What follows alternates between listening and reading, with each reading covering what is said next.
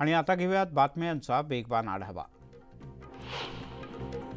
कुस्तीपटू विनेश फोगाट ऑलिम्पिकमधून अपात्र ठरले। विनेश फोगाट 50 किलो फ्रीस्टाईलच्या गटात खेळत होती। ती फायनलमध्ये सुवर्ण पदकासाठी खेळणार होती, मात्र वजन 50 किलोपेक्षा 100 ग्रॅम जास्त असल्याचं सांगण्यात येत आहे। स्पर्धेच्या नियमानुसार स्पर्धेच्या दोन्ही दिवशी कुस्तीपटूंना त्यांच्या वजन श्रेणीतच राहावं लागतं, परंतु तिचं वजन 100 ग्रॅम जास्त असल्याचं आढळून आल्याचं दिसतंय।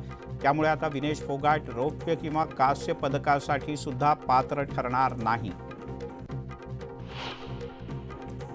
विनेश फोगाट अपात्र ठरल्यानं पंतप्रधान नरेंद्र मोदी यांनी तिच्यासाठी एक्सवरून धीर देणारी खास पोस्ट लिहिली आहे। विनेश, तू चॅम्पियन आहेस, तू भारताचा अभिमान आहेस आणि प्रत्येक भारतीयांसाठी तू प्रेरणा आहेस।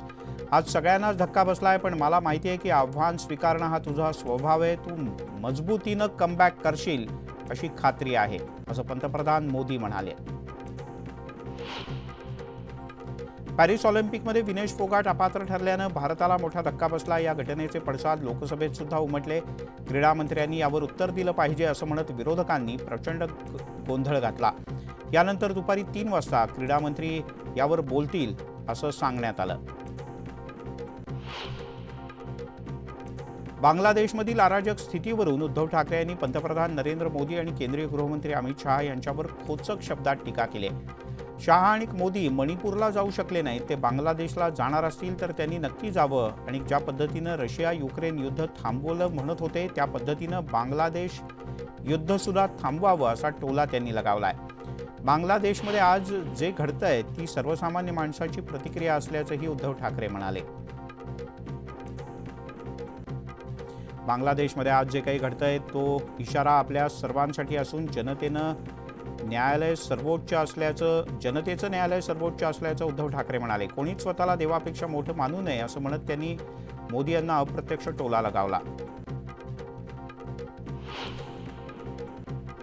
बांगलादेशमधून परागंदा होण्याची वेळ आल्यानंतर बांगलादेशच्या माजी पंतप्रधान शेख हसीना भारतात आश्रयासाठी आले आहेत। शेख हसीना यांना भारत सरकारकडून संरक्षण देण्यात आलंय। भारत सरकार शेख हसीना यांना संरक्षण देणार असेल तर बांगलादेशमधील हिंदूंचं सुद्धा संरक्षण सरकारनं करावं अशी मागणी उद्धव ठाकरे यांनी केली आहे।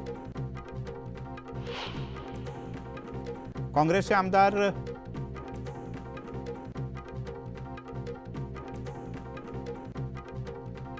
महाराष्ट्र सरकार आणि त्यांच्या नियतीमुळे राज्य अधोगतीला चाललंय, त्यामुळे राज्यातील कायदा सुव्यवस्थेचा बोजवारा उडालाय असं म्हणत राज्यात पुन्हा जनतेचं राज्य निर्माण करण्याचा प्रयत्न असेल असं वक्तव्य जयंत पाटील यांनी केलं। यासाठी त्यांनी राज्यात 9 ऑगस्टपासून शिवस्वराज्य यात्रा सुरू करणार असल्याची घोषणा केली। सध्या महाराष्ट्राच्या स्वाभिमानाचा लढा सुरू आहे। राज्यात सध्या गद्दारीचा नांगर फिरतोय असा हल्लाबोल अमोल कोल्हे यांनी चढवला। काही लोक दिल्लीश्वरांच्या समोर लोटांगण घालतायत असा टोलाही त्यांनी लगावला।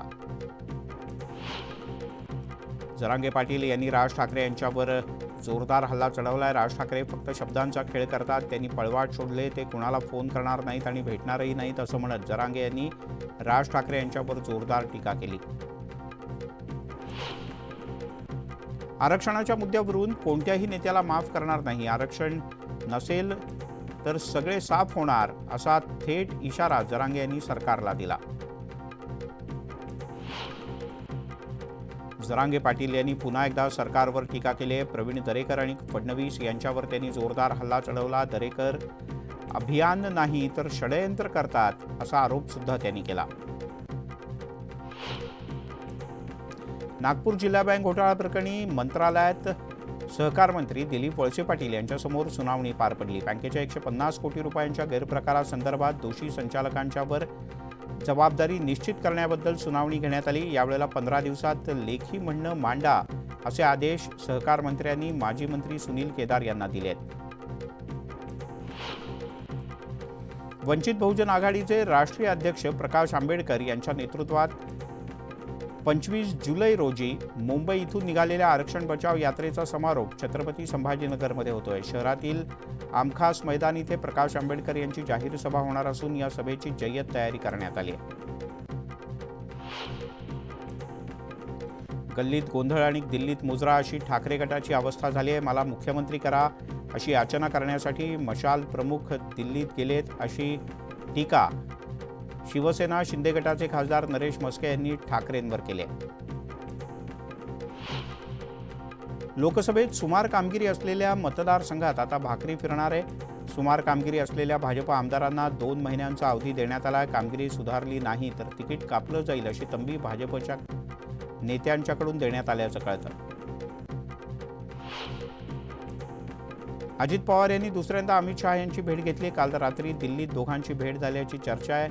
विधानसभेच्या जागा वाटपावर अमित शहा आणि अजित पवार यांच्यात भेट आणि चर्चा झाल्याची माहिती सूत्रांनी न्यूज 18 लोकमतला दिली आहे. क्रॉस वोटिंग प्रकरणी आपण निर्दोष असल्याचा दावा पुन्हा एकदा काँग्रेसचे आमदार हिरामण खोसकर यांनी केला आहे. या संदर्भात त्यांनी काँग्रेसचे ज्येष्ठ नेते बाळासाहेब थोरात यांची भेट घेऊन सगळा घटनाक्रम त्यांना सांगितला. आता प्रदेशाध्यक्ष नाना पटोले यांची भेट घेऊन खोसकर त्यांच्यासमोरही आपली बाजू मांडणार आहेत.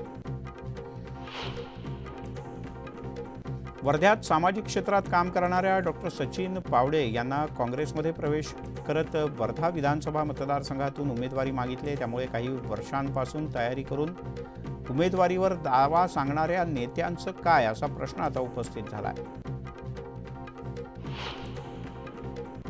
मावळ विधानसभेत घड्याळाचा प्रचार करणार नाही असा ठराव भाजपनं केला. मात्र भाजपप्रमाणेच पुणे, पिंपरी आणि चिंचवडमध्ये अजित पवार गटाच्या कार्यकर्त्यांनी सुद्धा भाजपचा प्रचार करणार नाही असा इशारा अजित पवार गटाचे आमदार सुनील शेळके यांनी दिला आहे.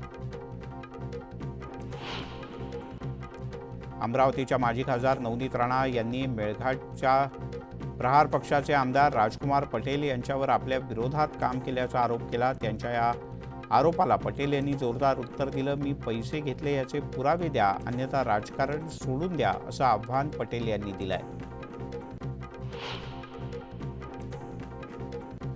नवनीत राणा यांचा मेळघाट दौरा म्हणजे वराती मागून घोडं अशा शब्दात खासदार बळवंत वानखेडे यांनी टीका केली. राणा सुरुवातीपासूनच जनतेत राहिल्या असत्या तर आभार दौरा करण्याची वेळ आली नसती असा टोला त्यांनी लगावला.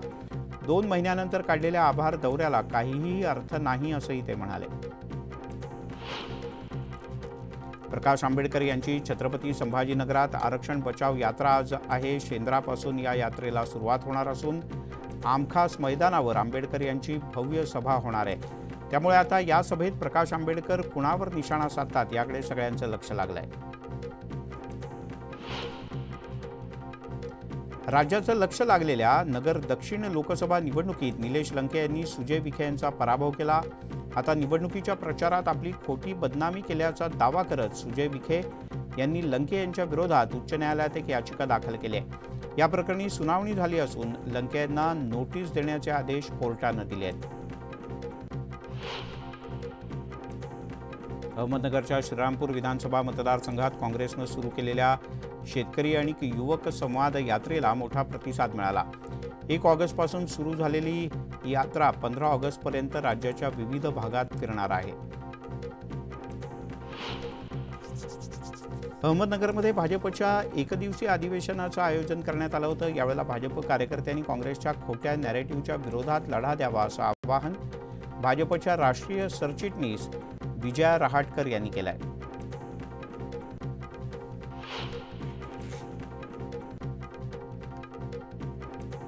माजी मंत्री सुनील केदार यांच्या अडचणी वाढण्याची शक्यता आहे. कारण नागपूर जिल्हा बँक घोटाळा प्रकरणी आज मुंबईत सहकार विभागात एक सुनावणी पार पडली. यावेळेला सुनील केदार यांना लेखी स्वरूपात आपलं म्हणणं मांडण्याचे आदेश देण्यात आले आहेत.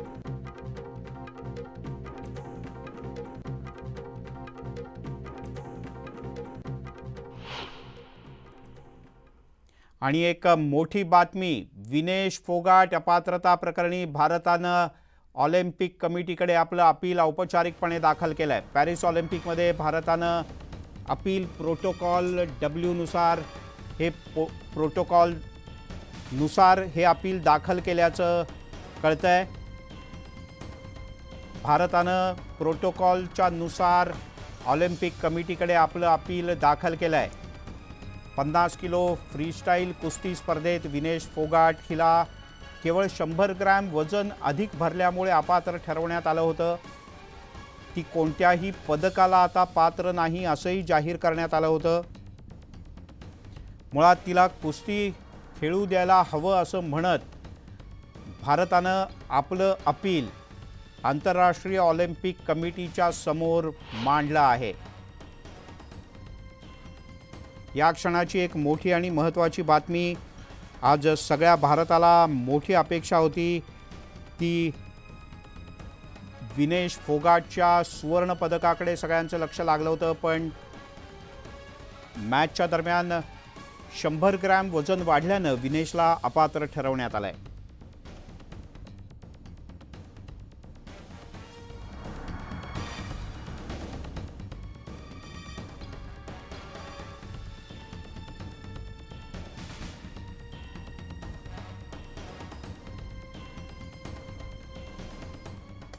आणि पुन्हा एकदा बातम्यांचा वेगवान आढावा। गेले 3 दिवस मुंबईत महिला पोलीस भरती प्रक्रिया सुरू आहे। एकूण 1257 जागांसाठी ही भरती प्रक्रिया होते। राज्याच्या कानाकोपऱ्यातून मोठ्या प्रमाणात तरुणी भरतीसाठी दाखल झाले आहेत, पण इथे त्यांच्यासाठी कोणत्याही प्रकारच्या सोयी सुविधा नसल्यानं तरुणी आणि त्यांच्या पालकांचे मोठ्या प्रमाणात हाल होत आहेत। पिंपरी चिंचवड शहरातील रस्त्यांची मुसळधार पावसामुळे चाळण झाले। जागोजागी खड्डे पडल्यानं नागरिकांना मार्ग काढताना मोठी कसरत करावी लागते। त्यामुळे पालिका आयुक्तांनी येत्या 4 दिवसात सर्व रस्ते खड्डेमुक्त करा असे आदेश अधिकाऱ्यांना दिले आहेत। भंडारा जिल्ह्याच्या चांदपूर इथे जिल्हा परिषदेच्या शाळेत मुदतबाह्य पोषण आहार दिला जात असल्याचा धक्कादायक प्रकार उघडकीस आला आहे। गट शिक्षणाधिकाऱ्यांनी या सगळ्या प्रकाराची चौकशी करत त्याचा अहवाल जिल्हा परिषद शिक्षण विभागाला पाठवला आहे। मुख्याध्यापकांना कारणे दाखवा नोटीस बजावण्यात येणार असून चौकशीच्या अंती कारवाई केली जाईल असं शिक्षणाधिकाऱ्यांनी म्हटलंय।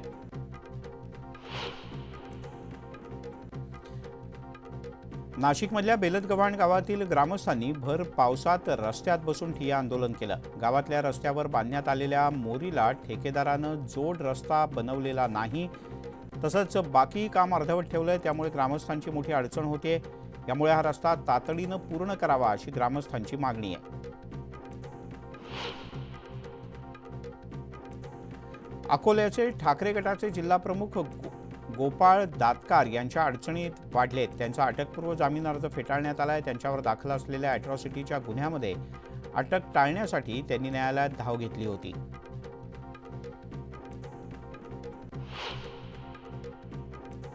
सांगलीतील कृष्णा नदीचा पूर ओसरायला सुरुवात झाली आहे, मात्र यानंतर स्वच्छतेचा प्रश्न मोठ्या प्रमाणात निर्माण झाला आहे। पालिकेकडून युद्धपातळीवर स्वच्छता आणि औषध फवारणी मोहीम हाती घेण्यात आली आहे। एका दिवसात तब्बल 20 टन कचरा गोळा करण्यात आला। 2 दिवसांपूर्वी नाशिकच्या रामकुंडावरून पुरात वाहून गेलेल्या पर्यटकाचा मृतदेह सापडलाय। नाशिक रोड इथल्या एकलहरे परिसरात गोदावरीच्या पात्रात पानवेलींमध्ये हा मृतदेह अडकला होता।